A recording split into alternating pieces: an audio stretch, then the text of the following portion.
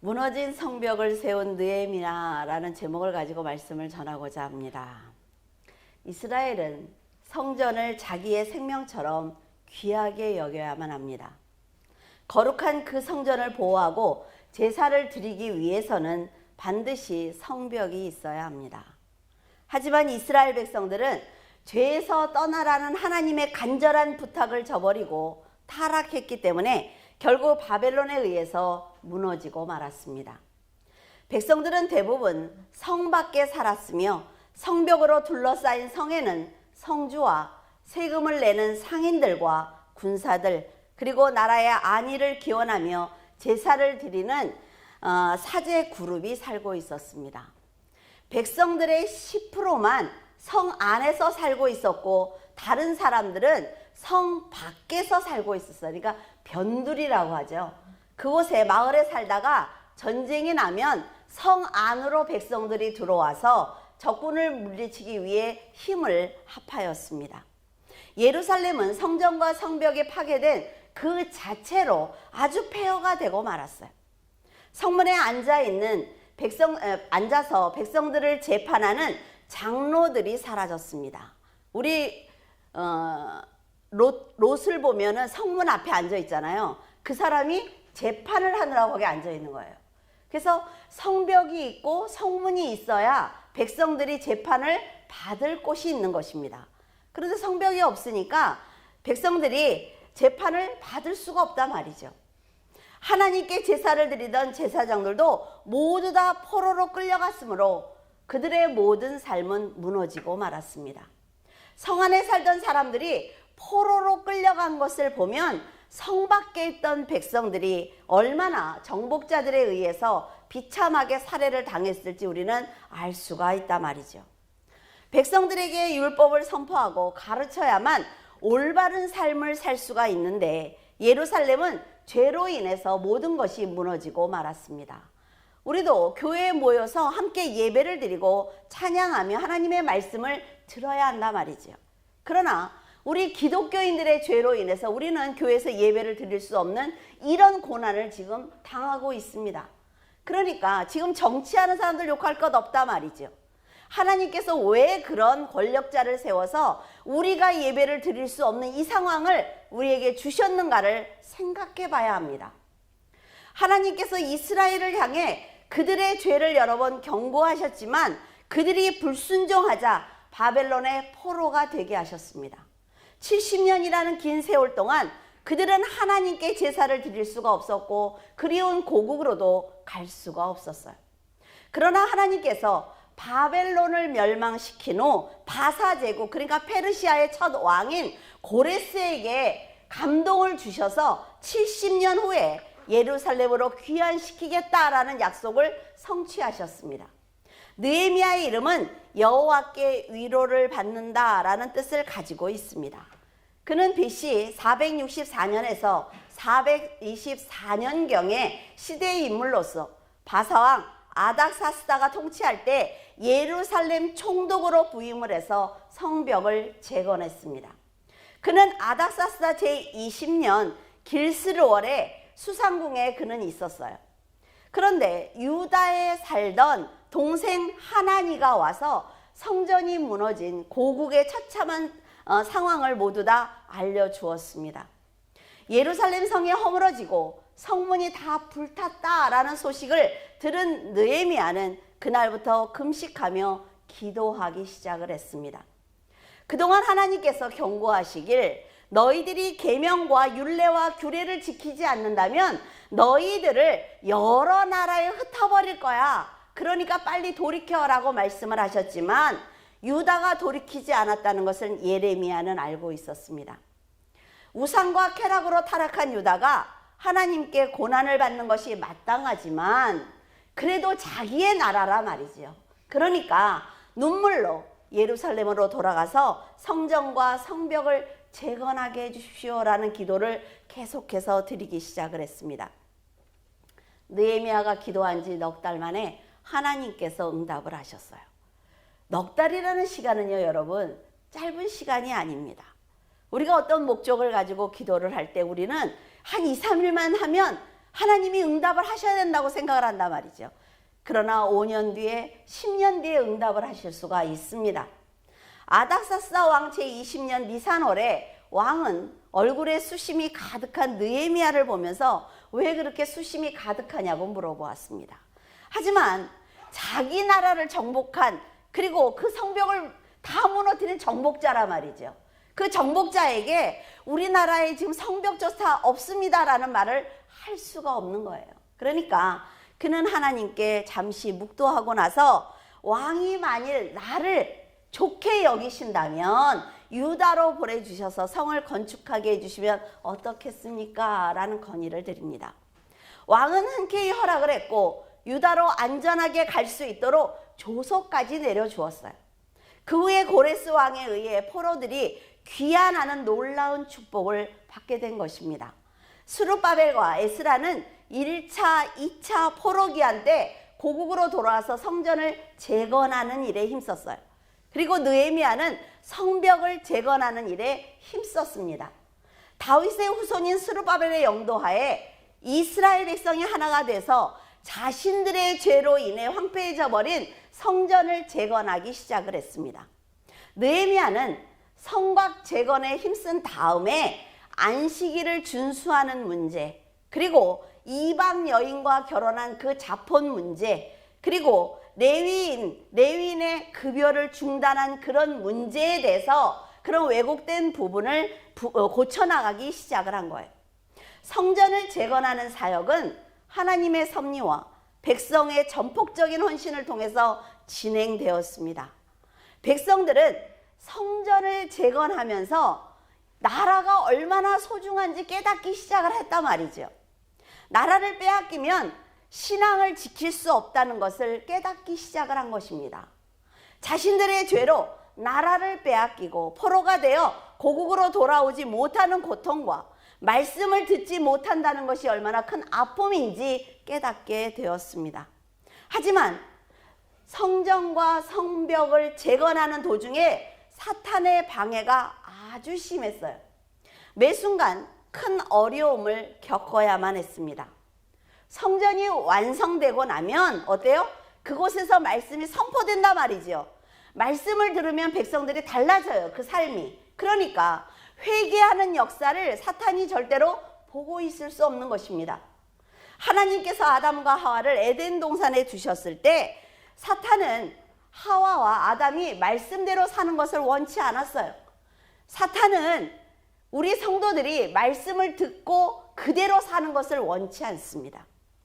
이처럼 하나님의 나라를 무너뜨리는 것이 사탄의 목적이기 때문에 성전과 성벽이 세워지는 것을 방해할 수밖에 없는 것입니다. 그들은 그들의 일을 열심히 하는 거예요. 이스라엘의 성전을 재건하는데 온 힘을 쏟자 사마리아 사람들 역시 그 사역을 맡기 위해서 6년간 최선을 다합니다. 마침내 공사를 중단해라 라는 왕의 명령으로 15년 동안 성전 재건이 중단되는 사태가 벌어지고 만 것입니다. 그들도 열심히 하면 그런 응답을 받는다 말이죠. 사탄은 결코 성도들이 하나님의 일을 열심히 하는 것을 놔두지 않는다는 것을 여러분은 명심하셔야만 합니다. 이 땅에서 하나님의 나라가 확장되는 것은 곧 그들이 실패하는 거예요.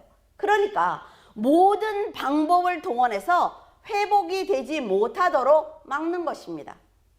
여러분들이 나가서 열심히 하나님의 이름으로 열심히 회사 일도 하고 집안일도 하고 최선을 다할 때 사탄은 그걸 원하지 않아요. 늘 싸우고 불평하고 분내고 망하는 걸 원하는 거죠. 따라서 사탄이 어떤 계획을 가지고 공격할지 우리는 알 수 없습니다. 그래서 늘 기도로 무장해야 되는 거예요. 하나님은 아신단 말이에요. 그래서 여러분들이 하나님의 절대적인 도움을 받지 못하면 사탄에게 질 수 있습니다. 여러분이 믿음으로 결단하는 순간부터 영적 전쟁은 시작되는 것입니다. 우리는 그런 말 잘하잖아요. 제가 오늘부터 열심히 할게. 그럼 뭐예요? 선포하는 거예요. 사탄에게. 나 오늘부터 영적으로 열심히 할 거야. 그러니까 너도 준비해서 나한테 와 하는 얘기거든요. 근데 우리는 내가 열심히 할 거야. 그러면 하나님이 무조건 도와줄 거야 라고 생각을 해요. 그렇지 않습니다. 예수 그리스도를 영접한 후에 육적인 삶을 살고 있다면 사탄이 승리한 것입니다. 우리가 이겼다, 걔가 이겼다 라는 걸 모르겠어요? 날 보면 알아요. 내가 지금 무엇을 하고 있는지. 이스라엘 백성은 하나님의 절대적인 도움과 그들의 헌신적인 믿음으로 성전 재건 공사를 피력하였습니다.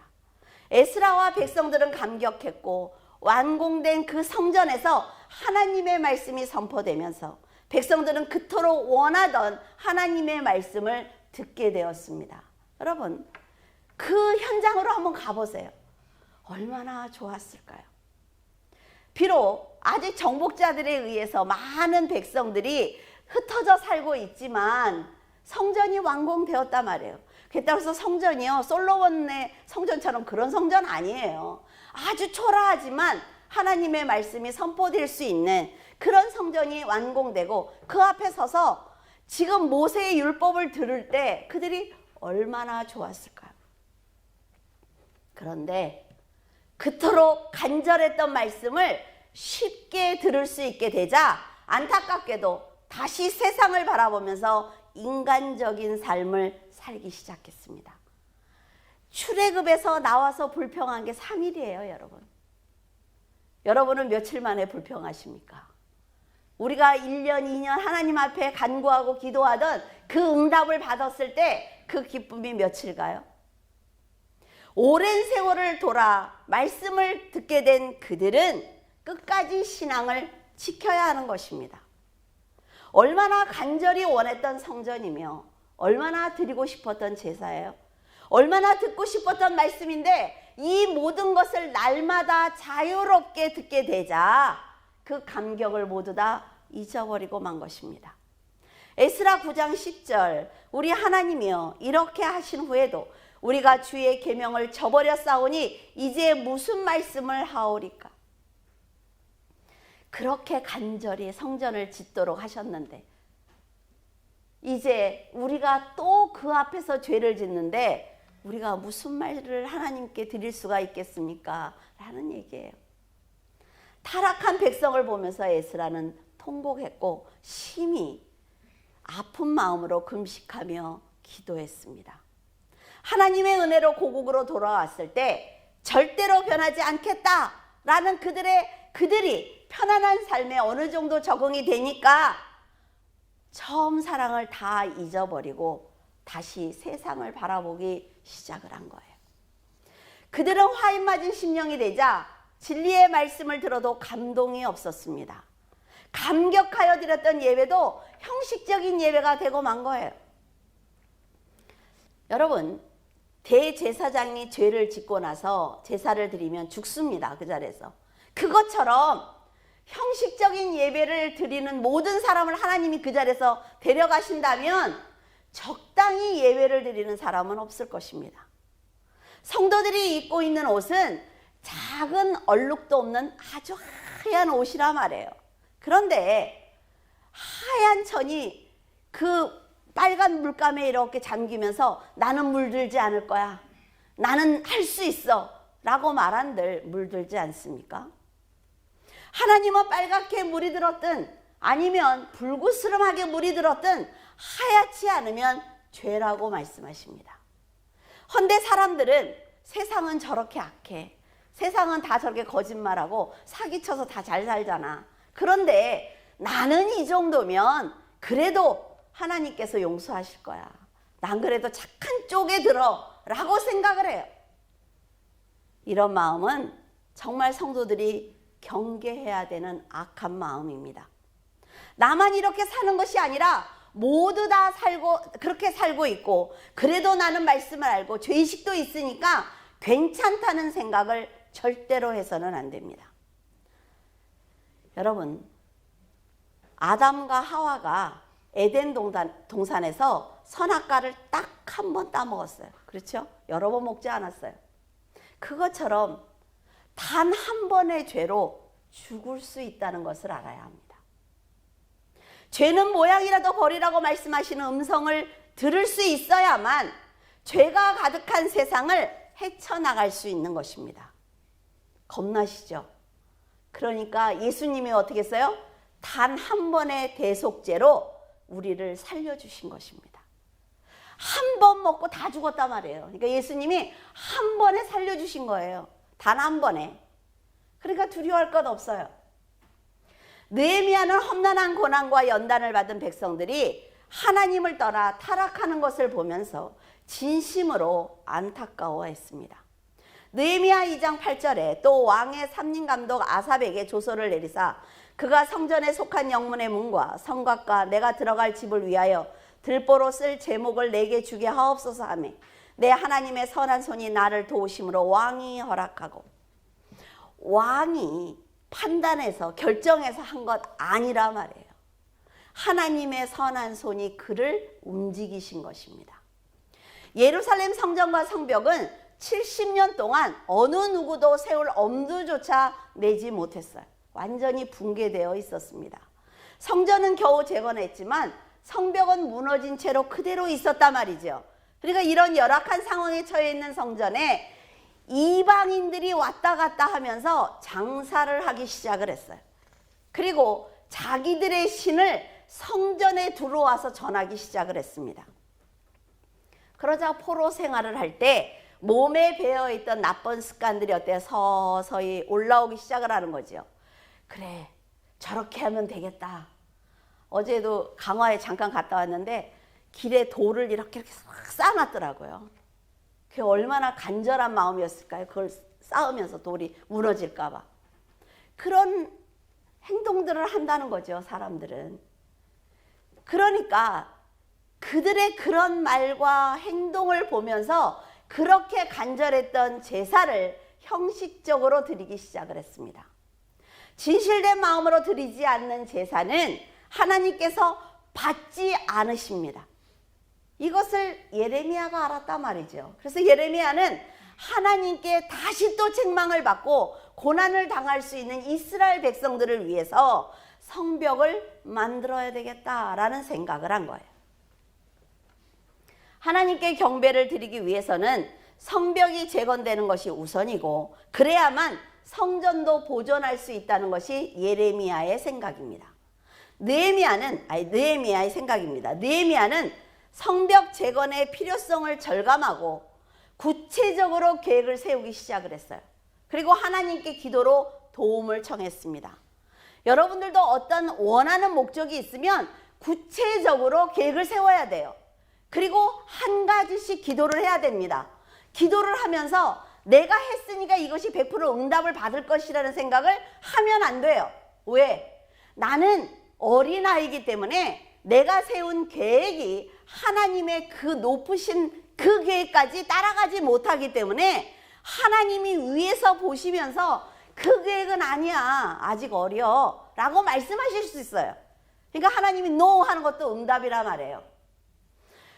느헤미야는 밤에 우리 아까 본문 읽었죠. 혼자 다니면서 다 살피는 것입니다. 아무도 모르게. 이게 지도자예요. 다 살피면서 내가 어떻게 해야 이 일을 끝까지 마무리 지을 수 있는가를 생각하기 시작을 한 거죠. 성벽은 성전을 보호하는 역할을 할 뿐 아니라 악한 영과 악한 자의 침입을 막아주는 아주 중요한 역할을 합니다. 그래서 성벽을 세우는 일이 아주 시급한 거예요. 고린도전서 3장 16절에 너희가 하나님의 성전인 것과 하나님의 성령께서 너희 안에 계시는 것을 알지 못하느냐. 예수님께서는 자신이 성전이라고 하셨어요. 그리고 나서 너희들도 성전이야. 왜? 하나님의 성령이 너희와 함께 계시기 때문에 너희도 성전이야 라고 말씀을 하셨죠. 그래서 성도들은 하나님께서 임재하고 계신 성전이기 때문에 그 성전을 보호하기 위해서는 반드시 성벽을 만들어야만 합니다. 악한 영이 믿음을 흔들지 못하도록 반드시 성벽을 세워야 한단 말이죠. 1차적으로 성전을 청결히 해야 합니다. 우리의 심령이 더럽고 세상 것으로 가득하면 사탄이 들어와요. 사탄이 역사한단 말이죠. 그러니까 다 버려야 합니다. 내 안에 있는 모든 것을 다 버리고 내 성전을 청결히 하면 성령께서 역사하시기 좋다 말이죠. 그리고 말씀과 기도와 거룩한 삶으로 성전을 보호하는 성벽을 세워야 합니다. 음행과 욕심과 타락한 인간의 본성이 공격하지 못하기 때문에 성벽을 높이 쌓는 것이 아주 중요해요. 하나님의 우리가 성전을 볼 때 이렇게 울타리를 높게 쌓지요. 밖에서 안을 들여다볼 수 없어요. 그래야만 안전하게 보호받을 수가 있습니다. 자신의 힘으로 세상을 막으려고 노력하는 것이 아닙니다. 자연스럽게 믿음의 성벽이 있으면 믿음의 성벽이 막아주는 거예요. 그래서 사방에서 우겨쌈을 당해도 어때요? 이겨낼 수 있는 거지요. 근데 우리는 한 가지 한 가지를 대적하려고 해요. 그러니까 힘들고 지치는 거예요. 날마다 기도하면서 하나님께서 울타리의 역할을 해주시고 내 안에 성령께서 함께 계시면서 나를 보호해 주실 것이라는 것을 믿으면 되는 것입니다. 그러면 불평할 것 없어요. 느헤미야는 또다시 포로 생활을 했던 그 고난의 자리로 돌아가지 않기 위해서 백성들을 깨우치기 위해서 최선을 다하고 있습니다. 성도에게 성벽의 역할을 해주는 것은 교회와 믿음의 형제들뿐 아니라 우리와 함께 동행하시는 하나님의 성령이 계십니다. 믿음의 형제들의 중보기도는 세상에서 담대하게 살 수 있는 힘을 줍니다. 성령의 지혜는 유혹을 분별할 수 있고 영적으로 보호를 받게 해요. 성벽을 세운 사람은 자, 내가 성벽을 탁 세웠어요. 그럼 그 안에서 내가 다윗처럼 왕이든 요셉처럼 총리이든 욥처럼 갑부이든 무슨 상관이 있습니까? 그렇죠? 근데 우리 기독교인들은 잘못된 생각을 갖고 있어요. 잘 살면 안 돼. 못 살아야 거룩해. 왜? 잘 살아야죠. 잘 살아서 힘을 갖고 있어야 어떤 문제가 생겼을 때 해결할 능력이 있단 말이죠. 그런데 참 잘못된 생각을 갖고 있어요. 가난해야 거룩해 보여. 그렇죠? 그리고 옷도 뭐 좀 잘 입고 좋은 차를 타면 교만해졌어. 제발 좋은 차를 타고 다니세요. 에? 그리고 좋은 집에 사세요. 그리고 성벽을 두르면 무슨 상관이냐 말이죠. 무슨 문제가 생겼을 때, 자, 내가 잘 살고 있어요. 잘 되고 있어. 그러면 하나님의 성벽이 무너지기 시작을 해. 이렇게 보면 다른 성도들의. 그럼 도울 수 있잖아요. 그런 생각을 해야지. 같이 초라해. 은혜로워. 그건 아니에요. 잘못된 생각이에요. 그게 제일 힘들었던 것 같아요, 저는. 목사가 조금 뭐가 이렇게 하면 거룩하지 않아. 우리 목사님 이미 썩어가고 있어. 왜요? 목사님들이, 대형교회 목사님들이 이만큼 잘 살고 있으면 그것을 가지고 이렇게 어려울 때 움직여야 된단 말이죠. 안 움직이니까 문제지. 올바른 믿음을 가지고 일할 수 있으면 뭐가 문제예요? 그럼 왕이 되면 안 되죠. 욥처럼 갑부되면 안 되는 거 아닙니까? 기독교인들이 이 생각을 좀 바꿔야 돼요, 이제는. 하나님의 말씀을 듣는 자리를 사모하는 것도 성벽을 쌓는 일입니다. 혈기가 나고 좀 억울해도 인내하는 것 또한 성벽을 쌓는 일이에요. 남하고 싸우는 일에 시간 보내지 말라 말이죠. 성도가 말씀으로 인내하지 못하고 인간의 판단대로 사는 것은 하나님과 교제하는 데 많은 어려움이 있습니다. 성벽을 높게 쌓으면 다른 사람과 나를 비교하지 않아요. 성벽이 있으면 다른 사람이 잘 됐다 그러면 축하해 주지. 진짜 이번에 어쩌다 한 번이지 뭐. 그럴 수도 있지. 뭐 저 사람 맨날 못 살겠어. 이런 마음을 내가 만약에 갖고 있다면 회개하셔야 됩니다. 성벽을 높게 쌓으세요. 그러면 욕심이나 낙심하지 않습니다. 세상의 사고방식이 여과 없이 들어와서 여러분을 흔드는 것을 막아줍니다. 성도를 세상으로부터 보호해 주는 것이 바로 성벽을 쌓는 일이라 말이에요. 영적으로 깊은 진리를 아는 느헤미야는 성벽이 없어서 이방인들에게 휘둘리고 있는 백성들이 가엾다는 생각을 했어요.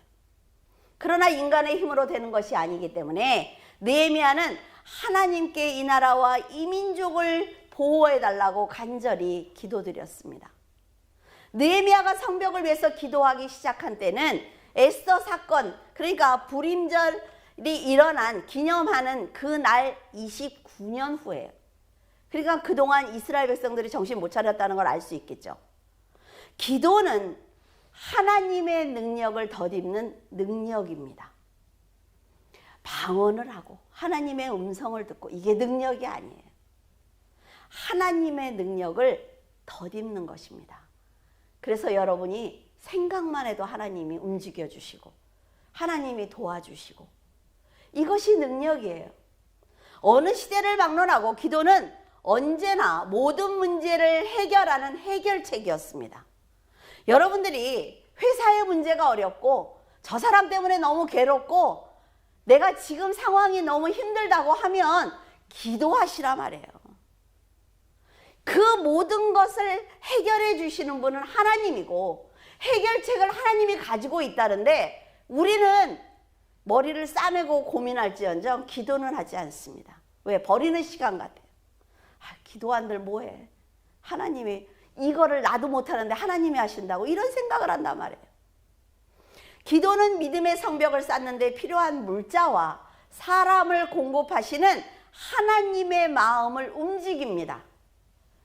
여러분, 절대로 안 되는 일이에요. 절대로 안 되는 일. 그런데 기도에서 하나님의 마음을 움직여 보시라 말이죠. 그리고 대적의 계략을 무너뜨려 보세요. 그러면 나는 그냥 입만 달싹거리고 앉아서 기도했는데 이 모든 상황들이 변한단 말이죠. 그걸 보면서 가는 게 성도의 특권이에요. 여러분도 오늘부터 성전과 성벽을 완벽하게 쌓기 위해서 간절한 마음으로 기도하시기를 바랍니다. 틀림없이 하나님께서 내가 네 기도를 들었어. 그러니까 내가 지금 이렇게 역사하는 거 너 보고 있니? 말씀하실 거예요. 또 귀로 안 들린다고 하나님 안 하시나 보다 이러지 말고 이 상황을 보라고요. 나를 괴롭혔던 사람이 변화하고 아니면 그 사람이 절대로 안 변하면요 어떻게 하시냐? 하나님 잘라버려요. 내쫓아버려 그 자리에서. 그 정도의 능력은 갖고 있어야 되잖아요. 그렇죠? 나도 잘못하면서 꼭 이래요. 느헤미야는 비록 총리였지만 자기가 포로라는 것을 잊지 않습니다. 그래서 겸손한 거예요. 자기가 포로고 이스라엘 백성이라는 것을 알기 때문에 그는 절대로 교만한 삶을 살지 않았습니다. 여러분, 세상에서 잘 되거든 교만하지 마세요. 패망의 선봉입니다. 저는 너무 안타까울 때가 있어요. 그 기도를 부탁을 하면 막 기도하잖아요. 다 잘 돼. 근데 꼭 교만해서 넘어져. 더 올라갈 때가 있지 않아요? 뭐 잘나게 그거 받고 교만해져. 더 올라가야지. 그런데 가장 중요한 것은 지도자가 먼저 깨끗해야만 백성들이 올바른 삶을 살 수 있는 것입니다. 그래서 느헤미야가 정결하게 살기 위해서 노력하는 것입니다. 느헤미야는 이를 추진함에 있어 결단력이 있었어요. 그리고 치밀함이 있었습니다. 그리고 친화력이 있었어요. 그래서 사람과 환경을 잘 이용해서 사람들을 세워주고 이끌어가는 아주 지혜로운 사람이었습니다. 사람들을 대할 때 신앙과 인격과 지혜를 가지고 대한단 말이죠. 제가 나보다 아래야. 신앙도 내가 위지. 회사에서도 내가 위야. 함부로 대하면 안 돼요. 항상 그 사람에게 내 신앙을 보여주고 그 사람을 인격적으로 대하고 지혜롭게 이끌어갈 때 그 사람이 내 동역자가 되는 것입니다. 세상에서 지도자가 된다는 것은 여러분 결코 쉬운 일이 아닙니다. 그런데 하나님의 일을 감당하는 지도자가 된다는 것은 더욱 어려운 일이에요. 왜냐하면 자기의 각고의 노력과 희생 없이, 자기 성찰 없이는 올바른 지도자가 될 수 없기 때문입니다. 가장도 마찬가지입니다. 내 가정에서 내가 이런 노력 없이 존경받는 가장이 될 수 없단 말이죠. 세상의 지도자는 적당히 허물이 있어도 사람들에게 이익을 남겨주면 불평하면서도 따라옵니다. 그러나 하나님의 일을 감당하는 지도자는 신앙과 인격과 재능을 갖추고 있어야 할 뿐 아니라 영혼을 구원해야 되는 막중한 사명을 갖고 있어요. 그 사람의 영혼을 넘어뜨리면 하나님께 가서 계산해야 된단 말이죠. 그래서 하나님의 관계를 생각해서 더 잘해야만 합니다. 지금 느헤미야는 포로로 끌려간 원수의 나라에서 수를 담당하는 그 총리의 자리에 올랐지만 한 번도 믿음을 버리지 않았습니다. 그리고 세상에서 받은 총리의 직분도 잘 감당했어요. 세상에 나가서요, 맡겨진 일을 잘해야 합니다. 아우, 쟤는 일만 주면 망쳐. 이러면 안 돼요. 그 사람한테 전도해보세요. 됩니까? 쟤는 일을 주면 진짜 잘해. 그럴 때 하나님이 저에게 지혜를 주셨어요. 이게 좀 잘난 체를 할 수 있잖아요. 그가 총리라는 높은 지위에 있었기 때문에 세상을 다스리는 왕의 도움을 받을 수가 있었던 것입니다. 예루살렘 성벽을 52일 만에 완성한 것입니다. 이건 대단한 거예요, 여러분. 그래서 성도들은 세상에서도 맡은 책임을 잘 감당해야 하며 높은 자리에서 하나님의 선하심을 전하기 위해서 힘을 가져야만 합니다. 못 살지 마세요. 잘 사세요. 만약 느헤미야가 책임감도 없고 게으르다고 생각을 해보세요. 그러면요, 사람들이 인정하고 존경하지 않습니다. 그러면 왕의 신뢰도 받을 수가 없어요. 우리도 느헤미야처럼 안으로는 믿음으로 바로 서서 자신의 영혼과 다른 사람들의 영혼을 세워나가야 합니다. 그리고 밖으로는 성벽을 세워서 그 영혼들을 지키는 울타리의 역할도 해줘야 하는 것입니다. 느헤미야 3장 4절, 그 다음은 학고스의 손자 우리아의 아들 무레못이 중수하였고 그 다음은 무세사벨의 손자 베레기야의 아들 무술람이 중수하였고 그 다음은 바하나의 아들 사독이 중수하였고. 느헤미야는 백성들이 성벽을 쌓을 수 있도록 일을 분단시켰습니다. 그 다음은 무레못, 그 다음은 무술람, 그 다음은 사독, 이런 식으로 백성들에게 일을 잘 나누어주는 리더십을 가지고 있었어요. 그래서 3km, 4km 정도 된다고 그래요, 성벽이. 그걸 52일 만에 쌓은 것입니다. 이건 굉장하지 않습니까? 이것이 바로 느헤미야의 지혜입니다. 돈이 있는 사람이나 권력 있는 사람들은 쉬게 해주고 힘이 없고 가난한 백성들만 일방적으로 일을 시키는 것이 아니라 백성들이 모두 자기의 자리에서 자기에게 분담된 만큼 일할 수 있도록 도와준 거예요. 이처럼 교회 일은 혼자서 감당할 수 없습니다. 목회자와 직분자 그리고 성도들이 함께 헌신하면서 자기의 달란트대로 일할 때 하나님의 나라가 확장되는 것입니다. 이런 모습이 머리 대신 예수 그리스도의 지체들이 교회를 성장시키는 능력이 되는 거예요. 교회가 이렇게 든든히 서기 위해서는 말씀의 성벽과 기도의 성벽과 헌신의 성벽이 서야만 합니다. 산발락과 도비아와 아라비아 사람들과 암몬 사람들이 예루살렘 성이 중수되고 있다는 소리를 들었어요. 그러니까 이 사람들이 분한 마음을 가졌습니다. 그리고 성전을 그 공격했던 것처럼 이번에도 공격을 하자라는 계획을 세웁니다. 또다시 사탄의 공격이 시작이 된 것입니다. 그 공격이 7차례나 됐어요. 그러니 얼마나 힘들었을까요? 그들은 성벽이 세워지면 성전에 마음대로 들어가서 장사할 수 없단 말이죠. 그러니까 성벽이 세워지는 걸 방해하는 것입니다. 그들이 공격할 것이라는 소식을 들은 느헤미야는 백성들에게 활과 창과 칼을 가지고 일하라고 말하고 있어요. 그래서 그들이 성벽을 쌓는 것도 너무 힘들어요. 그런데 이 무기들을 갖고 일을 해야 되는 것입니다. 자, 이 모습을 보면 성도들이 세상에서 어떤 신앙을 가져야 하는지 잘 가르쳐주고 있습니다. 여러분도 세상에서 성도의 자리를 지키기 위해서 이렇게 치열하게 싸워야 되는 것입니다. 교회는 교회, 세상은 세상, 이렇게 살면 발전이 없어요. 성전을 지키기 위해서 세상의 힘을 가져야 하기에 뛰어난 실력과 재능을 갖추기 위해서 노력도 해야 한다 말이죠. 게으르고 나태해서 뒤처진 삶을 산다면 느헤미야처럼 백성을 돕고 싶어도 할 수가 없습니다. 안타깝기만 하죠. 하나님께서 주신 사명도 감당할 수가 없어요.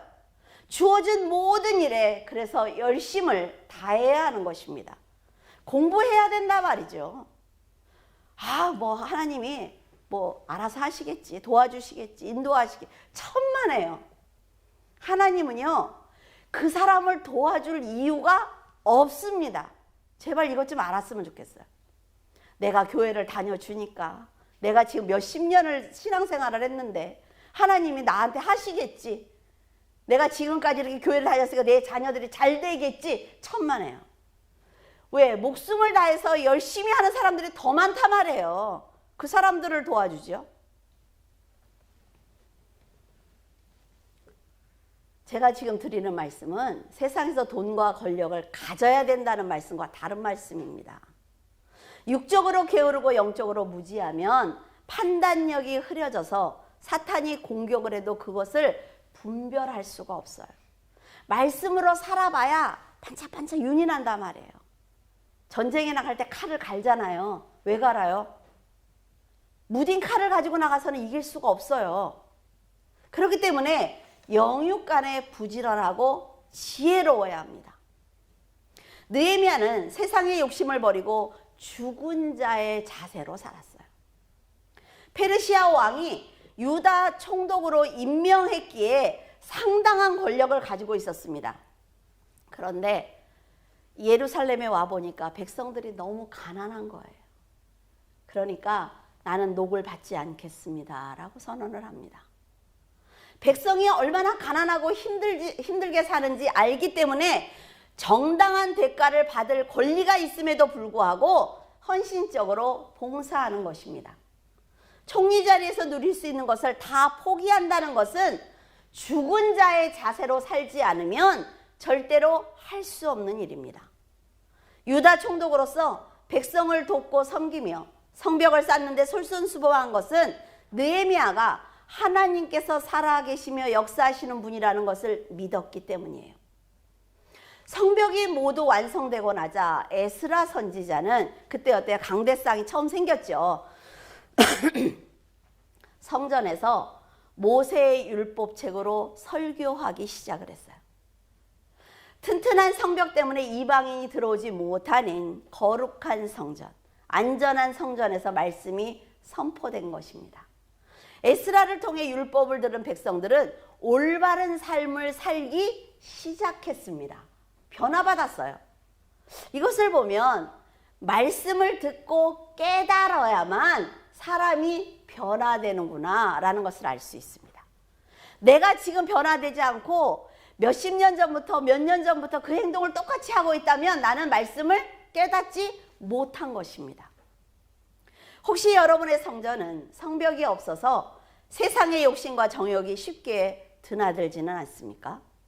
세상의 우상들이 성 안에 들어오지 않는지 잘 살펴야 한단 말이죠. 이것은 모두 성전을 보호하는 성벽이 없기 때문에 일어난 일입니다.